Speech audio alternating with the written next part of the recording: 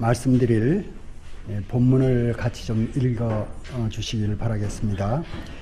마가복음 3장 1절에서 5절까지 한 목소리로 찾으셔서 같이 좀 읽어 주시기를 바랍니다. 볼륨을 조금만 좀 올려주시면 좋을 것 같은데 목소리가 좀 좋지가 않아가지고요.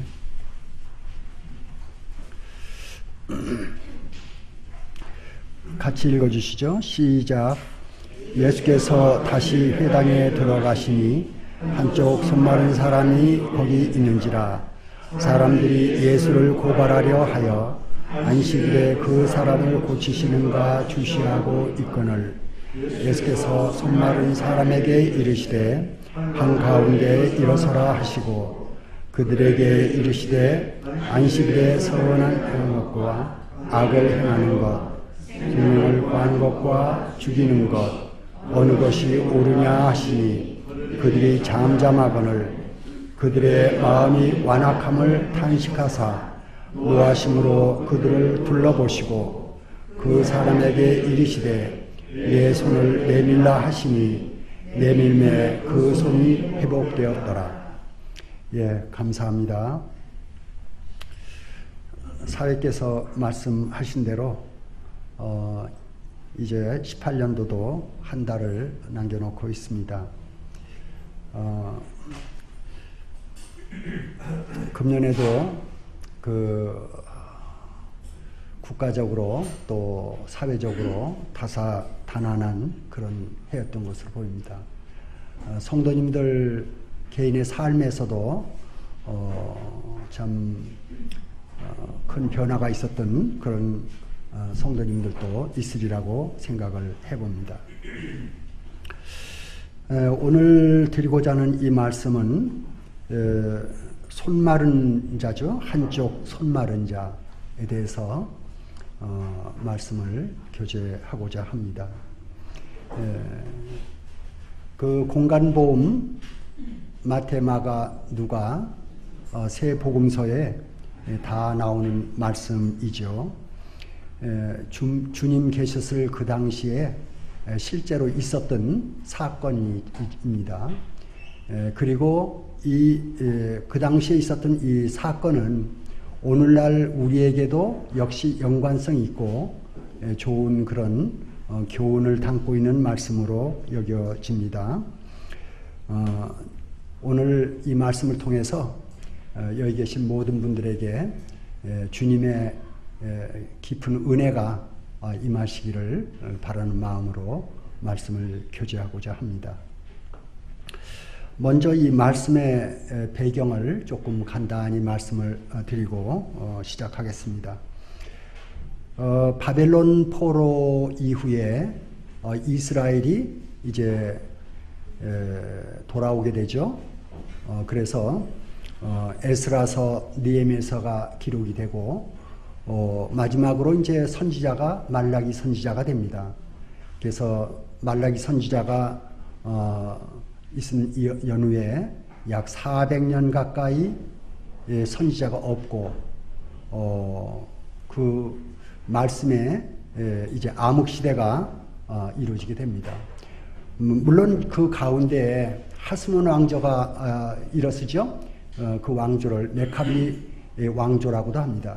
그 연대가 BC 141년서부터 63년까지인데 제가 그 문헌들을 쭉 참조해 보니까 한참 그 왕성할 시기에 그 주변의 왕국들이 다 복종할 정도로 이 메카비 왕조가 상당히 강했던 그런 시절도 있습니다. 성경에는 기록이 안 나와 있지만은 역사적으로 있는 사실이죠. 그리고 그 당시에 이제 종교적으로는 바리새인들이 상당히 많이 발전을 했었죠. 특히 가말리엘 아버지가 힐렐이라고 그러죠. 힐렐 시대에 힐렐이 율법에 완성을 시켰다는 그런 이제 내용이 있습니다. 이 율법을 상당히 세분화시켰고 율법을 많이 연구했던 것으로 보입니다. 근데 그 아들인 가말렐 시대에 와가지고는 율법에 꽃을 피웠다 그럽니다. 그래서 율법이 상당히 이제 많이 그 발전한 그런 상태에 있었죠. 그리고 이제 그 바리새인들이 종교적인 그런 색채를 띄었다 그러면은 사두개인들은 세상적인 그 정치적인 그런 그 색채를 좀 띄고 있었고요. 우리가 성경에서 잘 나오지 않고 모르는 부분이 하나 있는데 그들이 누구냐면은 에세네파라는 경건주의자들이 있었죠. 에세네파 얘기는 아마 들어보셨을 것입니다. 그 이스라엘 가게 되면은 이제 그 갈릴리 쪽에서 남쪽으로 쭉 내려오다 보면은 유대 땅이 이제 가까워지면서 그 사해가 시작이 됩니다. 사해가 시작되는데 그 사해 시작되는 그 부분에 오른쪽 부분으로 내려가면서 남쪽을 보면서 오른쪽 편에 쿰난 동굴이 있습니다. 그 쿰난 동굴에 에세네파의 그 흔적들이 그대로 다 있습니다. 그리고 그 에세네파의 영향을 받아서 거기에서 나온 분이 침례 요한이라고 우리가 그렇게 알고 있습니다. 침례 요한이 에세네파의 경건주의에 속했던 분으로 그렇게 알려져 있습니다. 그래서 당시에 이 종교적인 색채로는 상당히 강했던 그런 시대에 이제 있게 됩니다. 그 사회적으로는 지금 정치 사회적으로는 이제 그 바벨론 포로 이후에 마카비 왕조, 하스몬 왕조라고 그러죠. 그 왕조가 로마한테 몰락을 당하죠. 몰락을 당하고 그 이후로 BC 63년 이후에 이제 이 유대 땅이 로마의 속국으로 되어 있는 그런 상태에 있습니다. 그러고 로마의 아주 강력한 그런 통치에 이제 맞서서 독립을 하려고 하는 그런 강한 색채를 띠고 있으면서 이제 메시아를 기다리고 있는 그런 시대였습니다. 그 당시에 그 메시아를 생각했던 그것은 아마 오늘날에 역시 주님 오심을 기다리는 그런 때하고 비슷하지 않는가 하는 생각을 좀 해보게 됩니다. 그런 시대에 이제 주님이 오셨어요. 그렇죠? 주님이 오셔가지고 지금 이 배경을 이루는 손마른 자가 나오는 이 시기는 약 1년 정도 지났을 때입니다. 약 1년 정도 지나서 이제 예수님이 그 지역 사회에 유대 땅과 갈릴리와 사마리아 그 지경에 예수님 이제 많이 알려졌어요. 그래서 예수님이 선지자라고 이렇게 알려지기도 하고 또 메시아라고도 알려지기도 하고 하여튼 예수님이 많이 알려지면서 이제 그 당시에 있었던 사내들인에서 이제 사람들을 파송해 가지고 예수님의 행적을 일일이 다 이렇게 추적을 하기 시작했습니다. 그래서 그들이 예수님이 가시는 곳은 다 따라다녔죠. 그래서 예수님 하시는 것들을 다 보고하도록 그렇게 되어 있었습니다. 이제 여기에 말씀에 나오는 본문을 좀 보게 되면요. 예수께서 다시 회당에 들어가시니. 그 당시에는 그 회당 문화였지 않습니까? 그래서 이제 1세기경에 유대인들이 회당을 중심으로 해서 그 지역사회를 이루고 있었기 때문에 사도 바울도 역시 회당을 중심으로 말씀을 전파했었죠. 여기에 주님께서 회당에 다시 또 회당에 들어가시니라고 이렇게 나옵니다. 그리고 한쪽 손 마른 사람이 거기 있는지라 그랬습니다. 회당에 손 마른 사람이 있었습니다. 그리고 2절에 보면요. 사람들이 예수를 고발하려 하여 안식일에 그 사람을 고치시는가 주시하고 있거늘. 예수님이 회당에 들어가시는 걸 보는데 그때 그 고발하려고 하는 사람들이 나와요. 등장이. 고발하려고 하는 사람들이 나오는데 예수님이 그 사람을 고치시는가 이렇게 엿보거늘 그 이야기인즉슨 그 손마른 자가 있다는 것이 그 회당에 있다는 것이 여러 사람한테 알려져 있는 그런 손마른 자인 것으로 보입니다. 그냥 평범한 손마른 자가 아니라 많이 알려진, 손마른 자로서 많이 알려진 그런 사람인 것으로 분별이 돼요. 그 회당에 손마른 자가 있는 거죠. 거기에 예수님이 가신 것입니다. 저는 이 말씀을 대하면서 어떤 생각을 하게 되냐면은, 주님이 이 회당에 일부러 찾아가신 것이 아닌가 하는 그런 생각을 해봅니다. 그 베데스다 연못가에 주님이 찾아가시는데 거기서 38년 된 병자를 만나지 않습니까? 저는 그냥 우연하게 스쳐 지나간 것이 아니고 주님 멀리 보시기 때문에 38년 된 병자를 보시고 베데스다 연못가에 찾아가신 주님을 생각해 보게 됩니다. 또 사마리아 여인을 또 만나게 되죠. 주님이 우물가에 찾아가셨던 것으로 보입니다. 그래서 그 우물가에 여인을 만나게 되죠. 그리고 주님이 또 어딜 가십니까? 삭개오 만나러 여리고에 가시잖아요. 여리고에 가십니다. 그래서 주님이 여리고에 가서 삭개오를 보게 됩니다. 삭개오야 내려오라 하는 그 말씀은 삭개오를 염두에 두고 여리고에 가셨지 않는가 하는 생각을 해보게 됩니다. 저는 이 기절을 대하면서 어떤 생각을 해보냐면은, 주님은 2000년 전에 한 사람 한 사람을 찾아다니시고, 또 어떤 경우에는 그 사람이 오도록 또 주님께서 일하시고, 그걸 생각해 봅니다. 한 사람입니다. 한 사람. 여기 계신 성도님들도 역시 한 분 한 분입니다. 세상에 내가 한 사람이에요. 나 한 사람입니다. 주님이 한 사람을 보시는 것이죠. 한 사람. 여기 계신 분들 한 분을 주님께서 만나 주신 것입니다. 한꺼번에 이렇게 만난 게 아니에요. 주님이 한 사람을 지목하신 것입니다. 오늘날도 역시 마찬가지예요. 그래서 2000년 전에 주님이 이 손마른 자를 보신 것이죠. 그 회당에, 그 마을에 손마른 자가 있었던 것을 보신 것입니다. 그리고 그 손마른 자를 주님께서 이제 내다보신 것이고, 그리고 때가 되었을 때 그 회당에 찾아가서 그 손마른 자를 이제 만나러 가신 것을 여기서 볼 수가 있겠습니다. 그런데 이 회당에 이제 문제가 좀 있어요. 뭐냐면은 예수를 고발하려 하여 고발하는 사람들이 등장합니다.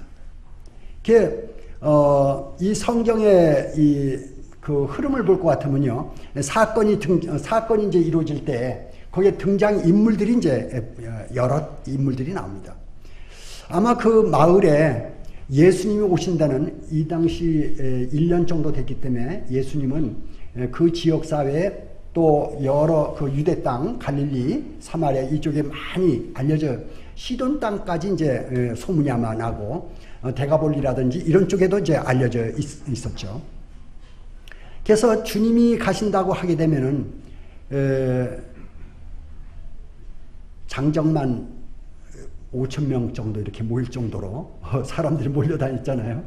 그 많은 사람들이 몰려다녔어요. 그런데 이 회당, 제가 그 성지순례 갔을 때 가보니까, 회당을 들어가 보니까, 그 전에 한번 제가 갔다 와가지고 사진으로 보여드렸죠. 회당 크기가 한 30평 정도? 여기보다 작아요. 이 홀보다 적습니다.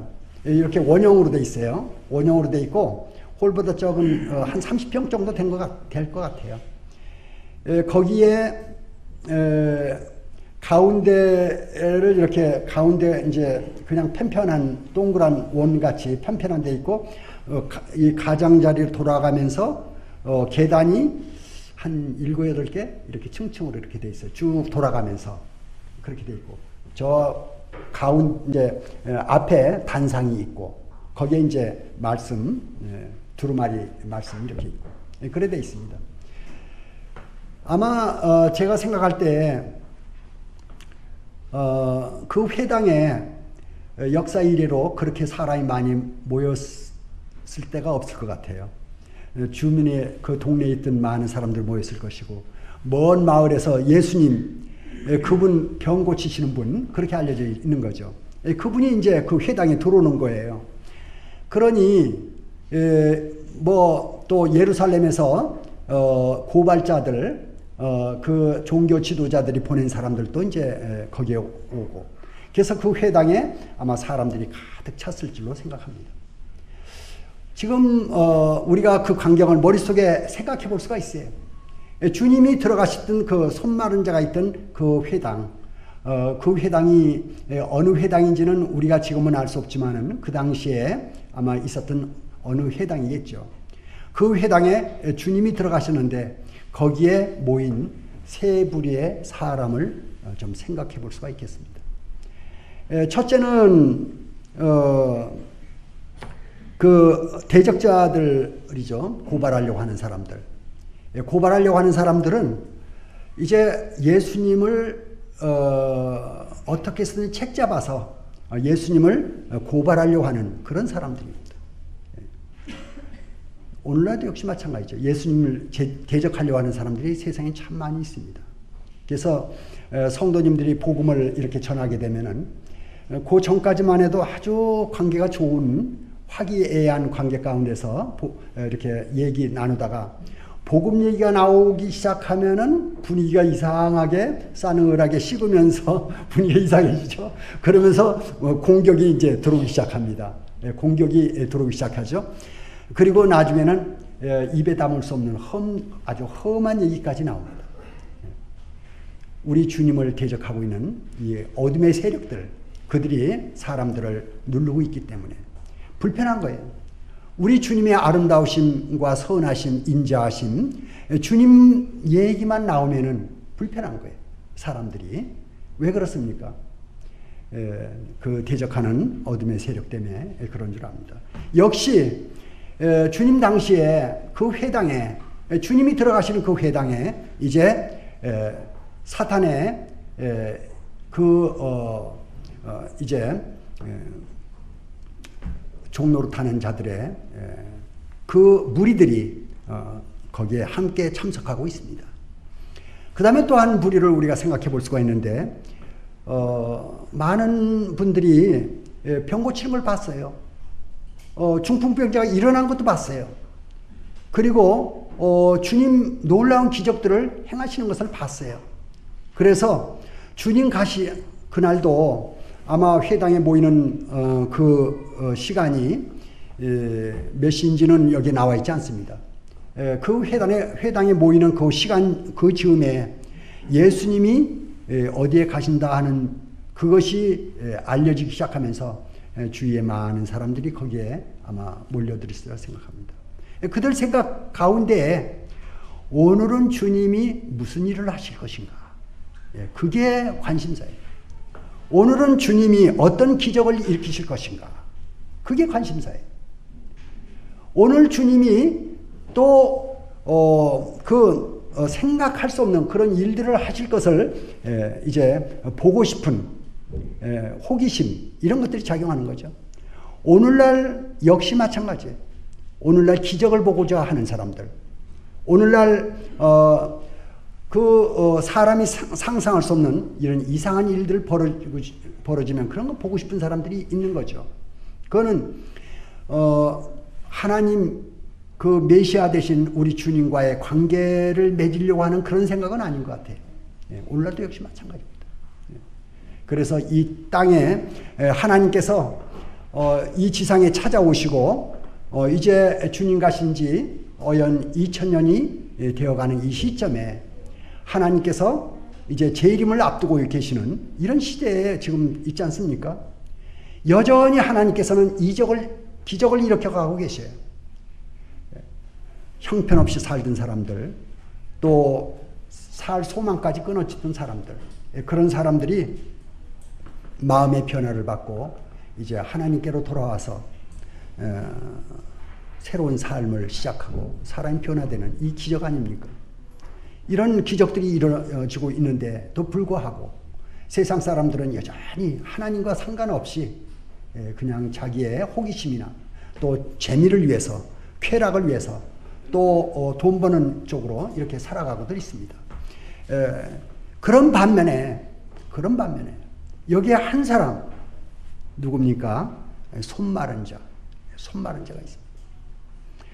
손 마른 자, 누가복음 제가 이 세 공간복음 마태, 마가, 누가 세 복음서를 이렇게 다 비교하면서 좀 찾아봤어요. 이 대목을 찾아봤더니 누가복음 6장 6절에는 오른손 마른 자라고 나옵니다. 그냥 손 마른, 한편 손 마른 자가 아니고 오른손 마른 자예요. 오른손을 못 쓰는 거예요. 손 마른 자 하는 것이 아마 이 손만 못 쓰는 이런 정도가 아니었던 것 같아요. 손 전체를 못 쓰는, 그래서 많은 사람들한테 알려져 있는 그런 손 마른 자인 것으로 보입니다. 이분은 여기에 나이도 안 나와 있고 또 이름도 안 나와 있고 뭐 신상 명세가 없어요. 그렇지만은 이분이 이제 여기에 등장하고 있습니다. 근데 당시에 이 회당에 있었던 이 손 마른 자는 그 처지를 좀 생각해 보게 되면 주님의 주목을 받을 만한 자였지 않겠는가 하는 생각을 해봅니다. 주님의 주목을 받았어요. 이제 38년 된 중풍병자도 주목을 받았었고 또 그 사마리아 여자도 주목을 받았고 주님 만나게 된 거죠. 주목을 받아서. 그리고 삭개오도 역시 세리장이었지만은 주님의 주목을 받아서 주님을 만나게 되는 거죠. 이 손 마른 자도 주님께서 뭔가 생각할 수 있는 어떤 주목을 받을 만한 그런 인물이었던 것만은 틀림없어요. 성경의 주제로 선택이 됐다 하는 것은 놀라운 일입니다. 어떤 사람은 그냥 짤막하게 이름만 나오는 사람도 있고요. 또 한 절에 이렇게 압축되는 경우도 있어요. 여기서는 마가복음 3장 1절에서 5절까지 5절이 할애가 돼 있고 마태, 마가, 누가 이렇게 세 복음서에 다 나와 있는 것을 보면은 충분하게 하나님께서 이 사건을 기록할 만한 가치가 있고 또 우리에게 교훈을 줄 만한 가치가 있기 때문에 기록한 것으로 그렇게 분별을 합니다. 손 마른 자, 이 오른손 말랐을 때 참 불편하겠죠. 그리고 삶의 고통이라든지 또 세상 사람한테 멸시라든지 또는 조롱이라든지 사회 활동을 제대로 할 수 없는 아마 그런 상태였지 않겠는가 생각해 보게 됩니다. 그러면서 남모른 그런 어려움, 고통을 당했을 줄 압니다. 우리도 역시 마찬가지죠. 옆에 있는 사람 고통을 잘 모르죠. 그 마음의 기쁨도 자기가 알고 또 그 마음의 눈물, 그 아픔도 옆 사람이 잘 모를 경우가 있습니다. 세상에 사는 동안에 이 여러 가지 기쁨과 슬픔이 교차하고 우리한테 찾아오는데 그런 것들의 깊이를 우리는 다른 사람 것을 잘 모를 수 있어요. 그렇지만 자기는 자기의 그 괴로움이라든지 슬픔이라든지 이런 것들을 깊이 되뇌이고 왜 나만 이렇게 괴로운지 이런 생각을 할 수가 있죠. 그것을 아시는 분이 한 분 계시는데 그분이 주님 아십니까? 내가 아는 만큼 주님이 보시는 거죠. 주님 보고 계셔요. 이 손 마른 자가 당했던 그 고통과 슬픔과 그 여러 가지 애로사항을 주님이 보셨던 것으로 생각을 해보게 됩니다. 주님이 보셨어요. 그리고 그 마음 가운데 제가 일전에 그런 교제를 한 적이 있습니다.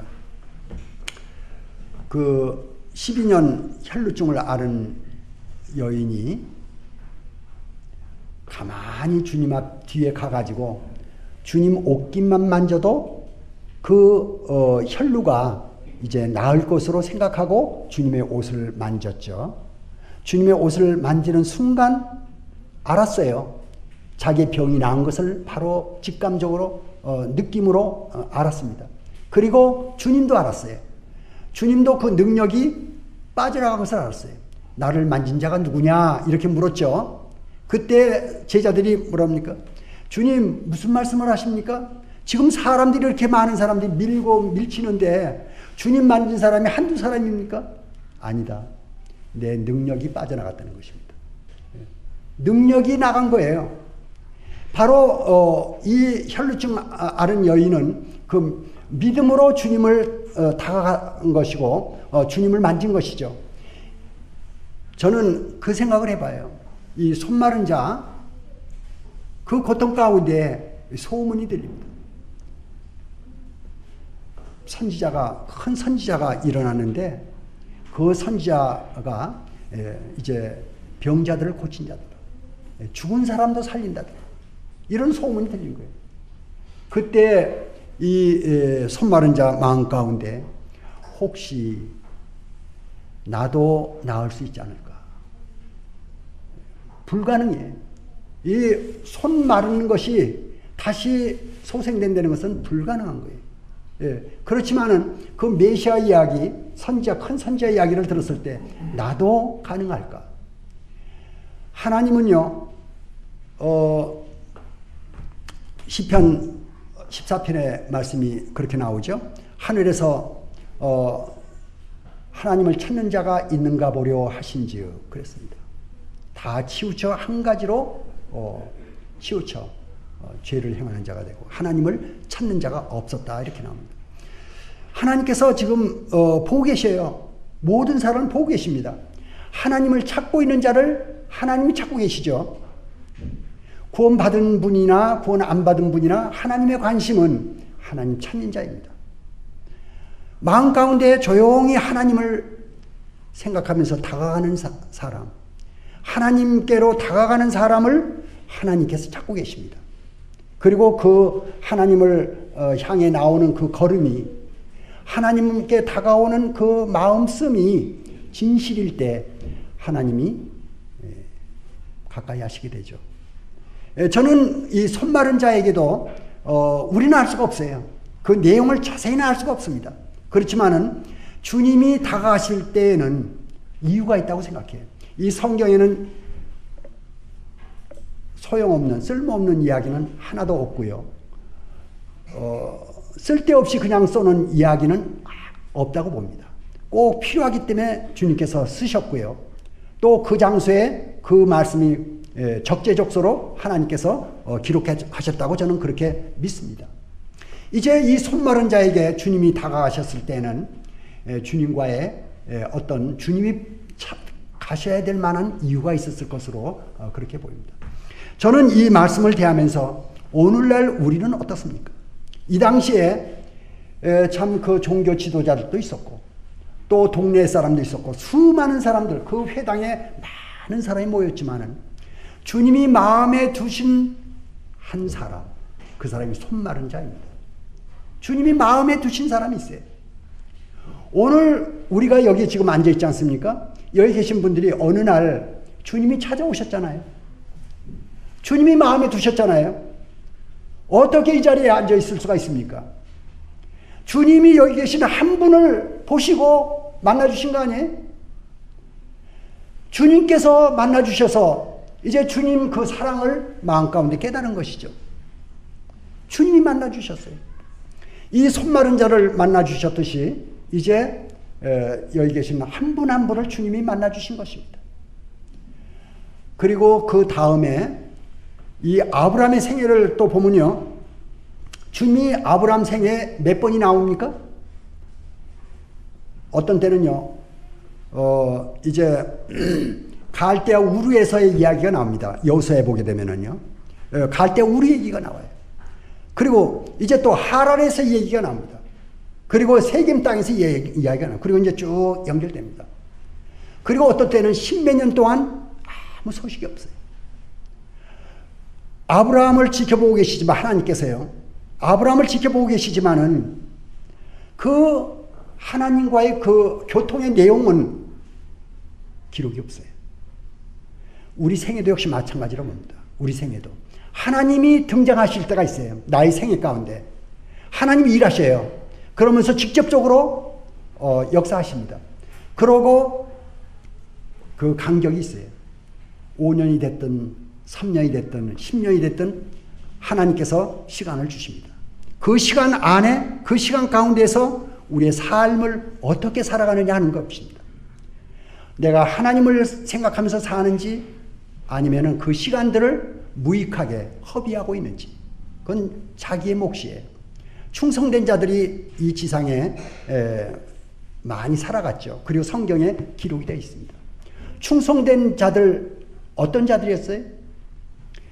하나님을 기억하고요, 하나님의 말씀을 간직하고요, 그거를 이행해 갔던 사람들 아닙니까? 근데 우리는 그러질 못해요. 얼마나 이 육신이 강한지 참 어렵습니다. 그렇기 때문에 이제 그 아브라함도 실수를 많이 하잖아요. 또 다윗 같은 경우도 얼마나 많이 넘어집니까? 그러고 세월을 많이 허비하죠. 그런 것들을 보면서 정말 연약하구나. 사람이 정말 연약하다.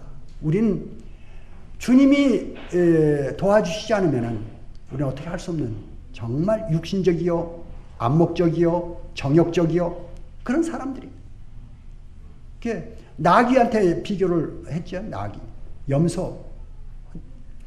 여러 가지 참 우리 인간들이 얼마나 참 미련한지. 그래서 잠언에는 미련한 자 절구에 넣어 공의로 찧어도 그 미련이 벗겨지지 않는다 할 정도로 우리 그렇게 미련한 자들입니다. 그런 가운데 이제 성경의 내용이 그렇습니다. 잘 되면 교만해지죠. 잘 되면 교만해집니다. 또 교만해지게 되면은 죄를 지게 돼요. 주님과 멀어지게 됩니다. 교만하면 주님이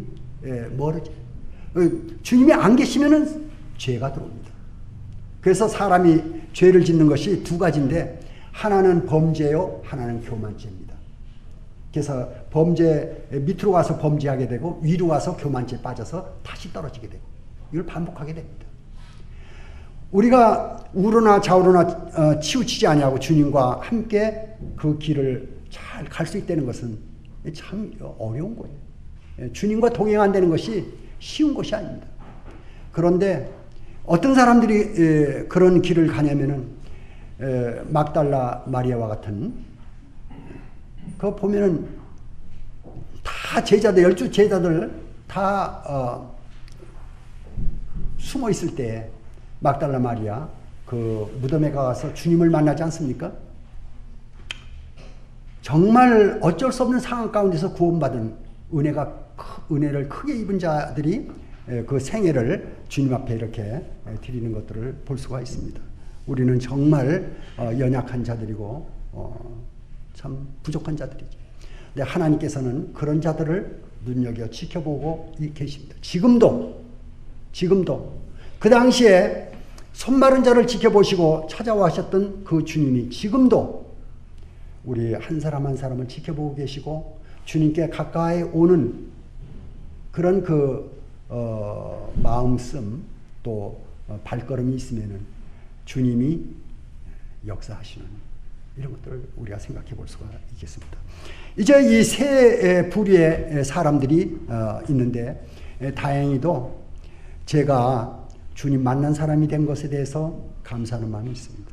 여기 계신 성도님들, 여기에 주님을 대적하고 고발하려고 하는 사람들이 있는가 하면은 또한 종류는 호기심에 오늘 무슨 기적을 베푸시는가. 그래서 그 보려고 구경 온 사람들. 그 다음에 이 손마른 자. 여기 계신 분들은 다행히도 주님 만나서 이제 주님을 알고 주님 예배 드릴 자로 된 것에 대해서 정말 감사하고 축하드리는 마음이 있습니다. 그래서 이제 그런 자가 됐어요. 우리가.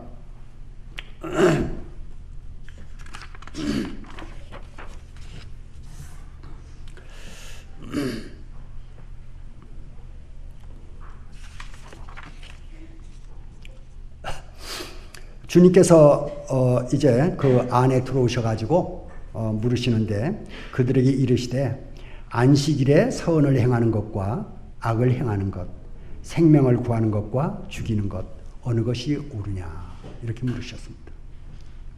안식일에 선을 행하는 것과 악을 행하는 것, 생명을 구하는 것과 죽이는 것, 어느 것이 옳으냐.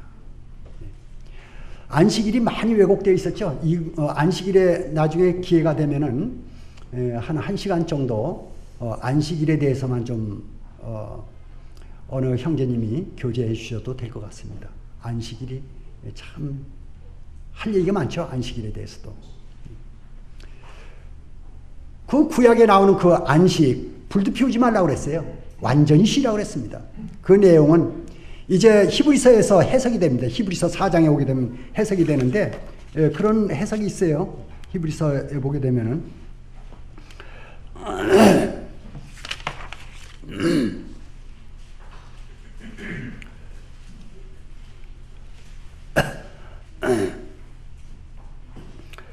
그 안식할 때가 남아있다 그랬습니다. 안식할 때가 남아있다. 그때 여호수아 때 안식을 주었으면은 다른 안식을 말씀하지 않으셨을 것이라고 히브리서 4장에 안식 그 말씀하시면서 이제 그 주님 예수 그리스도 그분이 바로 안식인 것을 해석해 주고 있습니다. 히브리서에. 이제 주님이 바로 안식이죠. 그리고 주님께서 내가 안식일의 주인이다. 이렇게 말씀하셨어요. 주님이 안식이십니다. 주님이 마음 가운데 들어오시게 되면 안식하게 되죠. 불평, 불만이라든지 또는 의심이라든지 불안이라든지 이런 거 싹 다 가시고 마음의 평화가 오게 되죠. 이 안식입니다. 주님 그분 자신이 바로 안식인 것을 우리는 잘 알고 있습니다. 이제 안식일에 그랬습니다. 선을 행하는 것과 악을 행하는 것, 생명을 구하는 것과 죽이는 것, 어느 것이 옳으냐. 선을 행하는 것은 생명을 구하는 것이라고 똑같은 반복이라고 볼 수 있겠습니다. 악을 행하는 것은 죽이는 것이다. 죽이는 것이 뭐예요? 손 마른 자 고치지 않고 그냥 내버려 두는 것. 그걸 염두에 두고 말씀하시는 거 아닙니까, 지금? 그렇다 그러면은 그 손 마른 자의 손을 고쳐주는 것이 그것이 바로 선을 행하는 것이요. 생명을 구하는 것이고. 이 손 마른 자의 그 고통을 알면서도 그 손 마른 자의 고통과 그 아픔, 고뇌 이런 것들을 알면서도 그걸 내버려 두는 것. 그것이 악을 행하는 것이요. 죽이는 것. 그냥 그대로 두는 것이. 이게 죽이는 것이다. 선을 행하지 않는 것이 죄라 그랬죠. 그래서 주님께서 이 여러 사람 있는 가운데 그걸 말씀하셨어요. 그리고서 이제 주님이 한가운데로 일어서라 그런 말씀을 하십니다. 한가운데로 일어서라. 한가운데로. 아마 조용했을 것입니다. 그 회당 안에 빽빽하게 사람들이 많이 들어서 있는데 주님이 손 마른 자를 생전 아마 처음 만났을 것 같아요. 손 마른 자를 보면서 손 마른 자야 한가운데로 일어서라. 한가운데라는 게 어때요? 이제 가운데로 나와서 일어서라 하는 얘기시죠. 한가운데 일어서라. 아마 그때 그 고발하려고 하는 사람들은 야 저거 봐라. 진짜 안식일을 범하는 거 보니까 선지자 하나님께로부터 온 자가 아니요. 전 사탄으로부터 온 자다. 아마 수군수군 아마 했을지 모르겠어요. 그 옆에 또 많은 사람들이 이제 뭔가 하나님 저 선지자가 뭐 일하시는가 보다. 정작 이 손마른 자는 한가운데로 나오려니까 좋으면서도 마음에 겁이 났을지도 모르겠어요. 왜요? 그동안에 많은 사람들하고 즐겁게 지내는 시간이 별로 없었을 것 같아요. 또 교제 가운데, 교통 가운데 화목한 시간을 가졌던 그런 것이 별로 없었을 것 같아요. 그리고 혼자서 외롭게 자기의 신세를 한탄하는 아마 이런 사람이었을지 모르겠습니다. 그런 사람이 많은 사람들, 그 많은 빡빡하게 들은 사람들 가운데 한가운데 일어서라고 그랬을 때 그때 좀 부담이 됐을 것입니다. 그리고 주님이 또 말씀하십니다. 내 손을 내밀라 그랬죠. 손을 내밀라. 아마 반대하는 사람들은 이렇게 생각할지 몰라요. 아니 손이 말랐는데 어떻게 내밀어? 손아 고쳐져라 그래야지. 내밀라 그러면 어떻게? 아마 이렇게 반문하면서 그랬을지 몰라요. 그렇지만 주님은 명령하십니다. 손을 내밀라. 근데 토 없어요. 믿음은 이것입니다. 내밀라 그러면 내밀면 되는 거예요. 이게 나갈까 안 나갈까? 이 팔이 펴질까 안 펴질까? 이 손이 펴질까 안 펴질까? 이럴 필요 없어요. 믿음이라는 것은 주님 말씀하시면 그대로 그냥 하는 것입니다. 그 뒷감당은 주님이 하셔요. 우리가 믿는 주님은 바로 만왕의 왕이시고 만주의 주신 것입니다. 우리 삶 가운데 주님이 말씀하실 때가 있어요. 이 손마른 자에게 말씀하셨듯이 이제 주님께서 우리 개인한테 말씀하실 때가 있어요. 손을 내밀라 이런 말씀하시면 이 손이 나갈까 안 나갈까 그거 생각해요. 그냥 내밀면 됩니다. 주님이 책임지십니다. 그리고 거기에 기록되기를 내밀라 하시니 내밀매 그랬습니다. 예, 내밀매. 예. 내밀라고 그러니까 내밀었어요. 예. 이게 믿음입니다. 예. 내밀라고 그러니까 내밀었어요. 그러니까 우리는 어떻습니까? 우리가 믿음이 연약해질 때는 의심이 들어와요. 이거 해서 되는가? 이거 해야 되나? 이거 안 하면 안 돼? 예, 의심이 들어와요. 그런데 믿음은 그렇게 얘기하지 않습니다. 내밀라고 그러면은 주님 하신 말씀대로 내밀매 그랬습니다. 그 손이 회복되었더라. 그 손이 회복되었습니다. 손이 회복되었어요. 손 마른 자의 손이 회복되었어요. 이건 기적이에요. 어떻게 회복됐다는 이야기는 여기 없습니다. 그렇지만은 손이 회복됐어요. 오늘 이 자리에 계신 분들도 역시 마찬가지입니다. 저도 마찬가지예요. 저 지금도 잊어버릴 수가 없어요. 그날을. 마음에 얼마나 어두웠던지, 얼마나 마음이 괴로웠던지, 그냥 의심과 불안과 그 모든 게 막 얽혀가지고 주님 말씀이 들어오면서 순간적으로 그게 싹 가셔버렸어요. 순간적으로 싹 가셔버렸어요. 의심, 그렇게 많은 의심이 순간적으로 없어져 버렸어요. 전 이해할 수가 없어요. 그러면서 이 마음에 그 평안, 그걸 저는 언제든지 생생하게 기억이 돼요. 주님 제 마음 여시고 주님 찾아오시는 그날 저는 잊어버릴 수가 없어요. 제 마음 가운데. 그 당시에 그 홀에 한 100명 훨씬 넘는 그 분들이 계셨는데 그분들이 얼마나 그렇게 사랑스러워 뵀든지 그렇게 사람이 사랑스러워 뵐 때가 없었어요.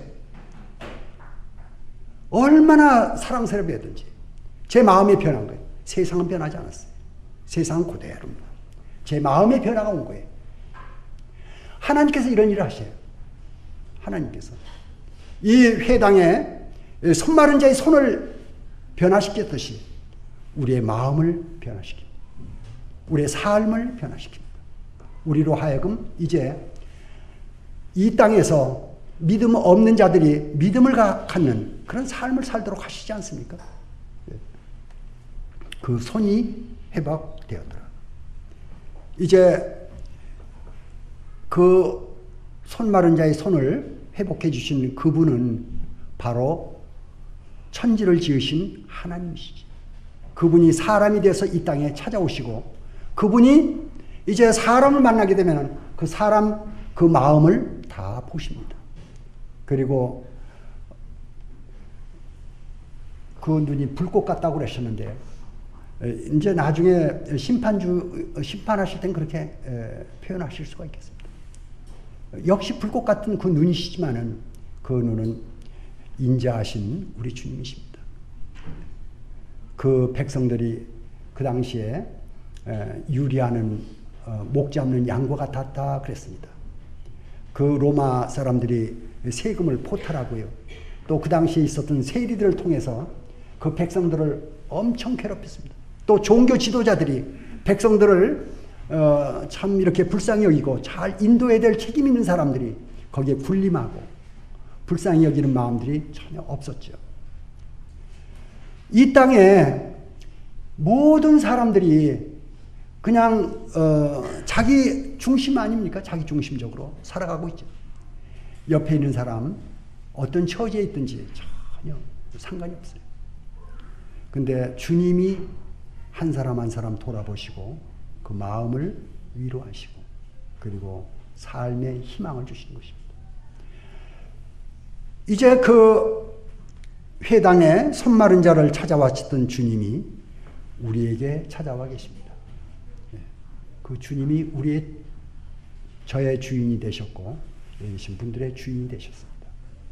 그분은 능력이 많으셔요. 그분은 제가 말씀을 대하다가 시편 말씀을 좀 보게 되는데요. 시편 107편 말씀을 보고 마치도록 하겠습니다. 시편 107편입니다.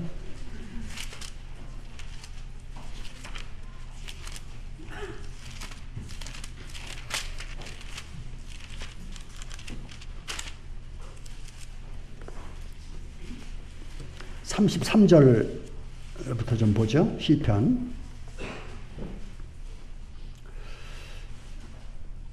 구약에서는 여호와 하나님이십니다.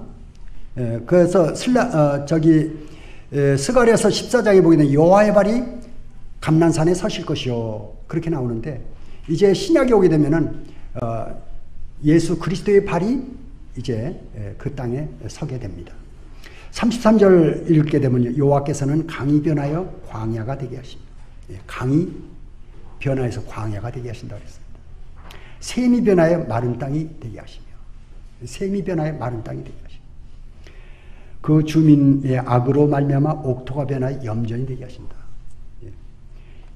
소돔과 고모라라든지 또는 그 어디입니까? 로마의 그 화산으로 인해서 완전히 기어버린 데가 있죠. 그 어디죠?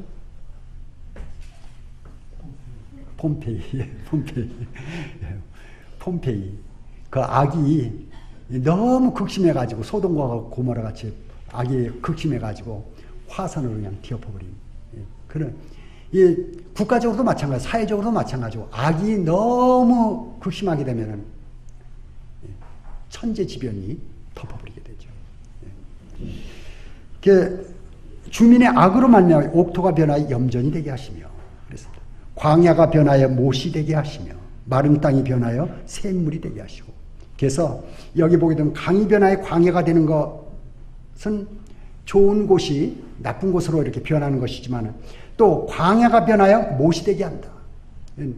쓸모없는 땅이 이 광야 같은 땅이 이제 강이 흐르게 되고 못이 되는 물이 있는 그런 땅으로 변하는 것이죠. 하나님의 이런 능력의 말씀이 되겠습니다. 줄인 자들로 말미암아 거기에 살게 하사 그들이 거주할 성읍을 준비케 하시고 밭에 파종하여 포도원을 재배하며 풍성한 소출을 거두게 하시며 또 복을 주사 그들이 크게 번성하게 하시고 그의 가축이 감소하지 아니하게 하실지라도 다시 압박과 재난과 우환을 통하여 그들의 수를 줄이시며 낮추시는도다. 이제 또 사람이 조금만 잘 되면 교만은 어쩔 수 없습니다. 바벨론의 느부갓네살 왕이 그랬죠. 그 수산성, 그 하늘정원 7대 불가 사이에 하나라고 그러지 않습니까? 그 하늘정원에 거닐면서 멀리 그 도성을 이제 수산성을 바라보면서 내가 이 성을 건축했다고. 그때 하늘에서 이제 하나님의 말씀이 떨어지게 되죠. 사람이 갑자기 짐승과 같이 돼서 7년 동안 풀을 먹게 되죠. 이 느부갓네살 왕이. 놀라운 일입니다. 그것이 요만한 그 둥그런 이 글자로 만드는 도기가 발견되는데 거기에 기록되기를 왕이 7년 동안 풀을 먹었다는 내용이 기록되어 있다고 그래요.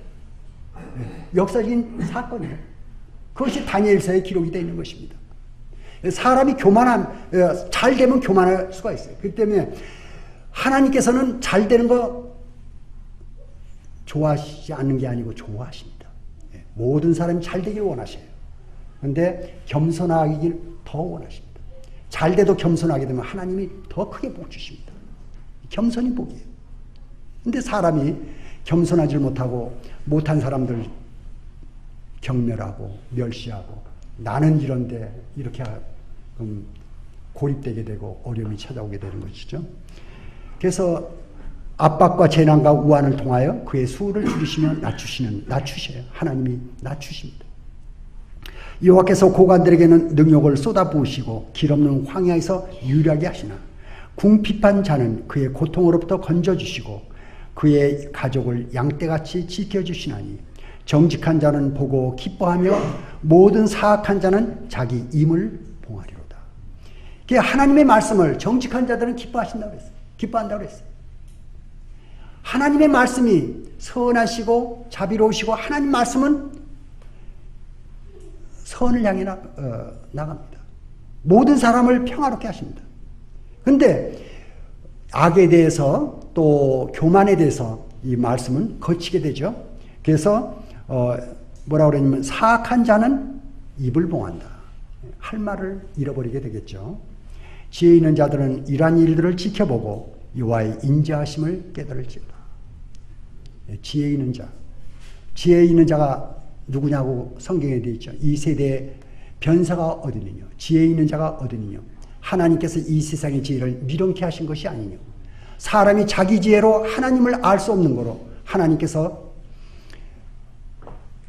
전도에 미련한 것으로 사람을 구원하시기를 기뻐하셨다. 고린도전서 1장에 나오는 말씀입니다. 그래서 이제 지혜 있는 자가 누구냐 그랬습니다. 지혜의 근본은 이제 하나님을 경외하는 것이라고 기록이 되어 있습니다. 지혜가 무엇입니까? 지혜가 하나님을 알고 하나님을 가까이 하는 것, 그것이 지혜입니다. 이제 손 마른 자가 비록 손이 말랐지만은 주님을 기억하고 아마 주님 원하는 마음을 가졌을 것 같습니다. 그리고 주님이 그 회당에 그 많은 사람들이 있지만은 손 마른 자 한 사람을 찾아가시고 손 마른 사람을 가운데 이렇게 세워주시고 그 가운데서 손 회복시켜 주셨습니다. 오늘 역시 마찬가지입니다. 하나님께서 우리 한 사람 한 사람을 귀중하게 보시고 바로 나를 어떻게 보시는가 하는 것입니다. 하나님. 세상의 시간은 빨리 가죠. 금년도 벌써 12월 달 아닙니까? 1년 1년 이렇게 가고 있습니다. 하나님과의 관계 가운데서 하나님께 내 시간을 어떻게 드렸느냐 하는 것이 이제 영원한 세계에서 영원에서 간직될 것으로 그렇게 분별이 됩니다. 짤막한 말씀이지만은 주님과 말씀을 들으면서 은혜가 되는 시간입니다.